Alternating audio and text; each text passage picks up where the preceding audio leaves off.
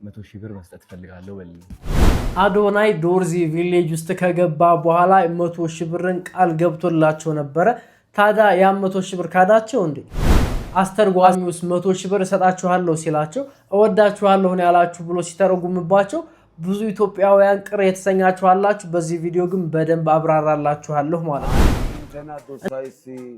ኢንተር እንግትዛዚ እሲ ሃይካ ኩሼ ባቅቴ ውሪ ካዝገ እንደምታውቁት ከሰሞኑ አዶናይ ወደ ዶርዚ ማህበረሰብ ሄዶ ነበረ። ወደዛ የሄደበት ዋነኛው ምክንያቱ ደግሞ እንደምታውቁት የኢትዮጵያው አይሾ ስፒድ ላይቭ ስትሪም መጀመሩን ባለፈው ቪዲዮ ነግሬያችሁ ነበረ። ታዲያ በዚህ ላይቭ ስትሪምም አብሮት አዶናይ ሄዶ ነበረ ማለት ነው። ታዲያ እዛ ከደረሱ በኋላ ስትሪማቸውን ማድረግ ይጀምራሉ ማለት ነው። አዶናይም የተለያዩ ቦታዎች ያያል፣ የተለያዩ ነገራቶችንም እየሄደ ይሞክራል። እንደዚሁም ደስ የሚል ጊዜን ያሳልፋሉ ማለት ነው። የኢትዮጵያ ሾው ስፒድ እናትና አባት ቤት ሄደውም በመጀመሪያ እነሱ ቤት ያርፋሉ ማለት ነው። የነሱ ቤትም በእንግዶች ትሞላለች ማለት ነው። ታዲያ ይሄ ነገርም በጣም ደስ የሚል ታይም እያሳለፉ ነበር። ከእናት ከአባቶች ጋር አብረው ሆኖ ተጫውተዋል፣ ተዝናንተዋል። ከተማዋ ላይም ጋሻና ጦር ይዘው አስፎክረዋቸዋል፣ አሸልለዋቸዋል ማለት ነው። ይህን ሁሉ ሲያደርጉ ታዲያ ዶርዝኛ የሚችል አንድ አስተርጓሚ ነበራቸው፣ ወይንም ደግሞ ለአዶናይ የሚያስተረጉምለት አንድ ሰው ነበረ ማለት ነው።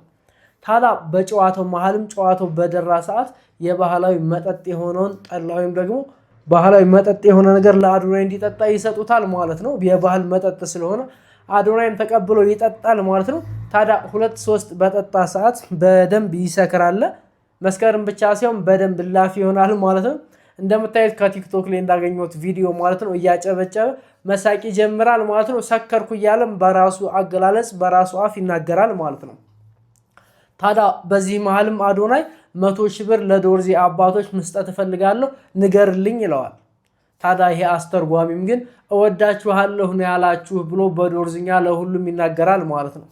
አሁንም አዶናይ ለሁለተኛ ጊዜ 100,000 ብር መስጠት እፈልጋለሁ ንገርልኝ ይለዋል። ነገር ግን በሚገርም ሁኔታ ለሁለተኛ ጊዜም እወዳችኋለሁ ነው ያላችሁ በማለት ይህ ሰው ይገልጻል ማለት ነው።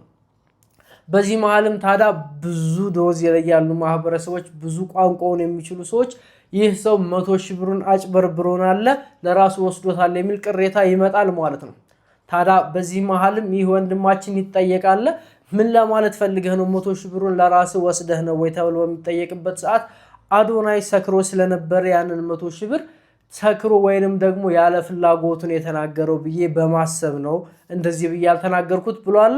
ታዲያ መጨረሻ ላይም አዶናይ በበነጋተው ማለት ነው 100,000 ብሩን ቃል ገብቻለሁ ልስጣቸው በሚልበት ሰዓት ይህ ወንድማችን ወይም ደግሞ አስተርጓሚው ማለት ነው 100,000 ብሩን ተቀብዬ በስትክክል ለሰዎቹ አድርሻለሁ፣ ማረጋገጥ የሚፈልግ ካለ ዶርዜ ድረስ ሄዶ ማረጋገጥ ይችላል ብሏል ማለት ነው። ለምን እንደዛ እንዳለ በተጠየቀበት ሰዓትም አዶናይ ሰክሮ ስለነበረ ወይም ደግሞ በስካር መንፈስ ስለነበረ የተናገረው ንግግር ረስቶት ከሆነና 100,000 ብሩን ካልሰጠኝ በዶርዚ እናቶች እንደዚሁም በዶርዚ ማህበረሰብ ዘንድ መጠላትን ይፈጥርበታል፣ እንደዛ እንዲሆን ደግሞ ስላልፈለኩ ነው ብሏል ማለት ነው። ታዲያ ይህ ሰውም በሳል መሆኑን የተማረ መሆኑን አሳይቶናል ማለት ነው። እንደዚሁም አዶናይም በስካር መንፈስም ቢሆን ቃል የገባውን ብር ሰጥቷቸዋል ማለት ነው። በዚህ ጉዳይ ላይ ኮንፊውዝድ ሆናችሁ የነበራችሁ፣ ግራ ገብቷችሁ የነበራችሁ ብሩ ማን ላይ ሆነ? አዶናይ ሳይሰጣቸው ቀረ ወይንስ አስተርጓሚው 100,000 ብሩን ወሰደው? እንደዚህ ያሉ የተለያዩ ጥያቄዎችን ስጠይቁ ለነበራችሁ በሙሉ ይህ ቪዲዮ ትክክለኛው መልስ ይሰጣችኋል ብዬ አስባለሁ ማለት ነው። በዚህ ጉዳይ ላይ ትክክለኛው መልስ ይሄ ነው ማለት ነው። ዩቲዩባችንን ሰብስክራይብ ማድረግ አይረሳ። በቀጣይ ቪዲዮ እስከምንገናኝ ድረስ መልካም ቀን ይሁንላችሁ።